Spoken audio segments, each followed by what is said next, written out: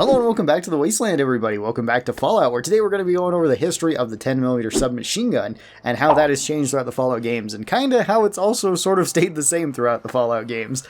So, the 10mm submachine gun first appeared in the very first Fallout game, and it was one of the first weapons you could actually acquire, because you could find one of these in Vault 15, which was actually the only spot on your map that was marked normally, since you start out in Vault 13, and you're supposed to go to Vault 15 to see if you can find a water chip. Sadly, that vault has long been abandoned, it's been pretty much destroyed and overrun, and pretty much all the residents from there went to move to Shady Sands, at least that survived. There's still a lot of rats in there, but at the very bottom of this you could find a 10mm submachine gun. And this was a pretty good upgrade over the 10mm pistol that you start out with. Since the 10mm pistol and the 10mm submachine gun use the same bullet, as you would kind of imagine, they also do exactly the same amount of damage and have pretty much the same stats across the board, where the 10mm submachine gun it costs just as many action points. It can be using regular shots or aim shots like the 10mm pistol. It has the same exact range. The 10mm pistol does require 1 less strength, but it's only 3 strength to wield effectively, where the submachine gun is 4.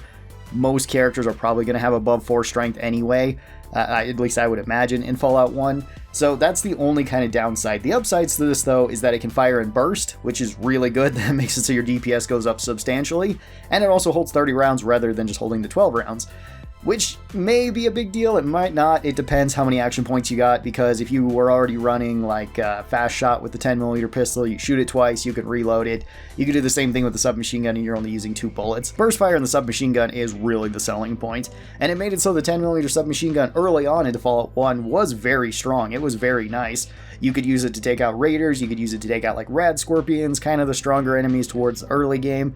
And it wasn't very difficult to find, it wasn't very difficult to get. It wasn't like the hunting rifle that we talked about a while ago in Fallout 1, where that one is found in Vault 15 as well, but it is hidden. It falls off a little bit later on, but it still hangs around for quite a while. It can still be pretty useful since 10mm rounds are fairly common and pretty cheap to buy in Fallout 1. Once you get to like the hub, though, it's probably going to fall off, since then you can get something like the 223 pistol, which is just sort of better. It's basically one of the best pistols in the game, at least if you want to be using pistols. Again, this works as a close range assault weapon, similar to like the double barrel shotgun. It's pretty similar to that early on. It's not as strong as like the combat shotgun you get later on though, so about halfway through the game I would say the 10mm kind of falls off. Fallout 2 is pretty much the same as Fallout 1, where the 10mm submachine gun didn't change at all. It's actually the exact same as it was in Fallout 1, doing the same damage, having the same requirements, holding the same amount of bullets. You do get it a little bit later, but that's just because Fallout 2 is a longer game overall, so you're not going to be able to get it as soon as you could get like the 10mm pistol, because in Fallout 1 you started out with that. Fallout 2 you don't start out with any gun, and the first gun you get is like a pipe rifle, which is a single shot. So finding something like the 10mm submachine gun would be a huge upgrade over that. Fallout Tactics, we didn't actually really get a 10mm submachine gun. There wasn't actually any 10mm gun in Fallout Tactics, which is a little bit weird since that's so synonymous with the Fallout games. However, you did start out with a submachine gun in Fallout Tactics, which was the MP5, and this one shot the 9mm round. It was actually quite strong, especially considering that you start out with this weapon. You wouldn't think that this would be a weapon that your starting squad would actually have, since this isn't the weakest submachine gun in the game. It's actually pretty good, where it doesn't require very much strength to wield. It is a two-handed weapon, just like most of the submachine guns aside from the P90 in Tactics. Uses the 9mm round, can still fire in burst, can still fire in single shots, can still do aim shots. It's actually pretty decent, and it's got longer range than some of the other submachine guns. The only other submachine guns you can actually get in the first couple levels of Tactics besides the MP5 are something like the Uzi, which is just all around weaker than it. Uses the same bullet, but it has less range, it does less damage. It holds, I think, like slightly more ammo than the MP5, but that doesn't really matter. Same thing goes with like the Scorpion. The Scorpion is also 9mm, and that one is just weaker than the MP5 as well. Weirdly enough, that one's not one-handed though. Same with the Uzi. You think they would at least have the advantage of being one-handed so you could, well, there's a trait called one-handed in Fallout Tactics and in the older games. It actually doesn't work the right way in Tactics though, where it's supposed to give you better accuracy with one-handed weapons. Instead it just gives you like a buff to your small guns early on, which is kind of cool, but not what it was intended to do. In Fallout 1 and 2 it would actually buff them. Let's move on to Fallout 3, where the 10mm submachine gun would appear once again. And once again, this would be the only submachine gun in the game, just like it was in Fallout 1. Fallout 2 had more submachine guns, but Fallout 1 and Fallout 3 only has one. And it's actually pretty solid. It does good damage, it does good damage per second. It's very comparable to like the 10mm pistol, it's just that this one is full auto and holds more rounds. So assuming that you got extra ammo, it's probably going to be an upgrade over the 10mm pistol, which generally it will be since 10mm is so common. It doesn't hit crits very well, so if you're going for a crit build, it may not be the best, and it is less accurate than the 10mm pistol, but it is still a very strong weapon, and I would say it's generally better than it in most circumstances, doing decent damage and having a good amount of health. There is also one unique version of the 10mm submachine gun in Fallout 3 as well, called Sydney's Ultra SMG. So Sydney is a character that is part of a quest, part of a side quest, and in order to get the submachine gun, you either need to get it from her, either from stealing it, for her dying and you taking it off of her, you killing her and taking it, or you can complete her own quest. So her own quest is actually tied to two separate quests, as you can find her and do her quest, which you can first get in Rivet City if you would like, from the historian there that tells you that he wants some documents. He already sent Sydney ahead of time. You can go and talk to her about this, fight your way through mutants and get to the bottom, and if you complete this, then you can split it, as well as she'll be your companion throughout this. And then if you go and do part of Riley's Ranger's quest, then you can also find a holotape inside of the hotel that's there that was from her dad. If you give that to her, then she'll give you the submachine gun as a reward. And the submachine gun's pretty good. This one does more damage than a regular 10mm pistol by a little bit, but that's still fairly significant when you're firing this quick. Aside from that, all of it, the rest of its stats are pretty much the same. It is a little bit weaker in terms of overall item HP, so you will need to fix it up more often. But this one also has an extended magazine, going from 30 rounds all the way up to 50 rounds, making it so Sydney's 10mm SMG is actually really solid. It's one of the best 10mm guns, especially if you have an excess of ammo. It only really gets beat out by like the lever action rifles, because they don't do the amount of DPS that Sydney's does, but they do have a really high amount of damage and a really high crit chance, so they're just better overall, at least if you want to be getting the most value out of your rounds. However, if you don't really care about that and you just have an excess of bullets, then Sydney's 10mm SMG is arguably one of the best pistols or submachine guns that you can use in this game. In Fallout New Vegas, the 10mm submachine gun would once again make another reappearance into the Fallout series, and this was based off of the 10mm submachine gun that we got in Fallout 3.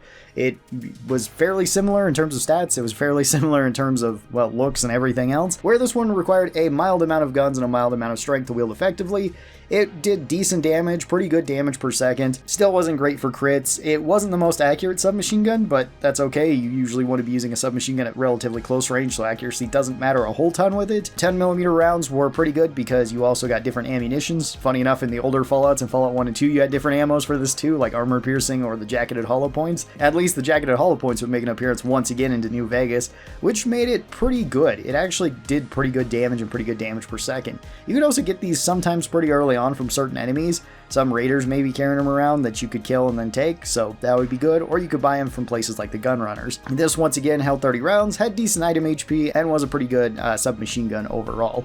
There was also 2 attachments that you could put on it now in New Vegas, where you could get an extended mag, taking it from 30 rounds to 40 rounds, not quite as much as Sydney's, but still 40 rounds is pretty good.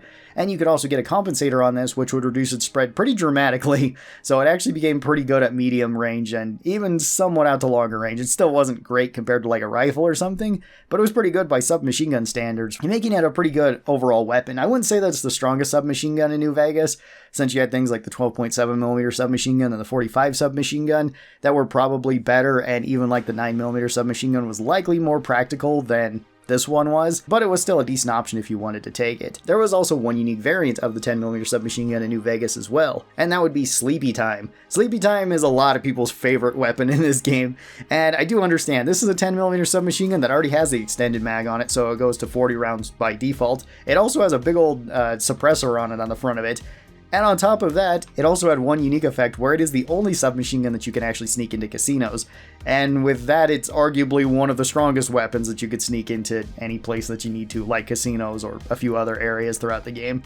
Because, yeah, like a full-powered submachine gun that does pretty good damage per second, that has a decent amount of ammos, is really, really good. It's kind of funny that you can sneak this one in compared to pretty much all the other submachine guns, since it's physically bigger than like the 9mm submachine gun or the 10mm submachine gun, but whatever. I do like that it's in the game, and it is very solid. You do have to buy this one. You can only buy it from the gun runners, and it's going to cost you a lot, but it can be pretty solid, especially if you're doing a lot of the casino quests, because there is at least some level of combat in there, and having this will make those missions incredibly easy. It's also, funny enough, the only real weapon that you can use, at least taking into a casino without spawning it in, to get one of the challenges done in New Vegas. That's called Nyasi. So in order to get that, you have to kill 10 chairmen, white gloves, omertas, any one of them, any of the casino families, with submachine guns, light machine guns, or miniguns. Miniguns you obviously can't sneak in, and I don't think there's any place where they spawn inside of a casino. Light machine guns are the same way, where you can't get them inside of a casino. Sleepy Time makes this far easier because you can take this in and you can just waste them all. This will get you extra XP, which is kind of cool, and it won't actually aggro everybody to actually, try to kill you or anything. So kind of a cool little bonus there. Moving on to Fallout 4, we actually wouldn't get the 10mm submachine gun, at least not in the way that we did previously. Now the 10mm submachine gun was pretty much bundled in with the 10mm pistol, which arguably made it better and kind of made it worse. For one, I don't really like this look as much as the 10mm submachine gun had regularly. I think that one fit better. But this weapon was quite a bit stronger, since this is one of the few weapons that uses the 10mm round. And it was pretty common. 10mm pistols can be found all throughout the wasteland, and automatic ones can be found all throughout, and they're basically just a submachine gun. So if you wanted a 10mm submachine gun in Fallout 4, you're going to need to get like an extended mag on this and turn this to full auto, which usually the 10mm pistol isn't by default. This would make it pretty decent, actually. I do like running this with like a compensator or a suppressor on the front of it, and running like a reflex sight on it. That's actually pretty good. As well as the powerful automatic receiver, if you have like commando maxed out, is really good. As well as, since 10mm pistols were common, you could potentially get some of the legendary versions off of legendary enemies if you ran into them. There was at least one that you could get that was unique and was still kind of like the 10mm pistol that wasn't the deliverer, because I don't think that one could be full auto. I think it's semi-auto only. You could get the Wastelander's Friend, which gave you more limb damage, which was pretty good. You could go and buy that right away if you would like. I would just try to shoot for one that was already dropped by a legendary enemy though. If you could get something like a bleed one, you were set for the rest of the game. It could bully absolutely everything. Poison could be good, fire could be good. Those ones didn't stack quite as much as bleed, but you still had some pretty good options there. As well as if you got like a never-ending one, that was pretty good too, since then you could just hold down the trigger until something was dead, or you were out of bullets, or both, whatever happened first. So the 10mm submachine gun changed a decent amount throughout the Fallout games. In the early games, it was pretty solid. It was actually a pretty good weapon. Even into the later games, like Fallout 3 and New Vegas, it was still fairly solid. Maybe not the best for every situation, as there's pretty much always been a weapon that's been better than it. Fallout 4, you could argue that it's the strongest, but that's just simply because legendary effects are there, and it's like, well, if I get a bleed 10mm pistol and I make it full auto, I win the game. It doesn't matter what difficulty I'm playing on, I just win the game. There's nothing that can beat me at that point. But it has been interesting to see how this has changed. Tell me what other weapons you would like to see next in this series, because we've got a lot of them to go over in the Fallout series. Thank you guys so very much for watching this. I hope you guys enjoyed it, and I'll talk to you next time. Bye-bye, everybody!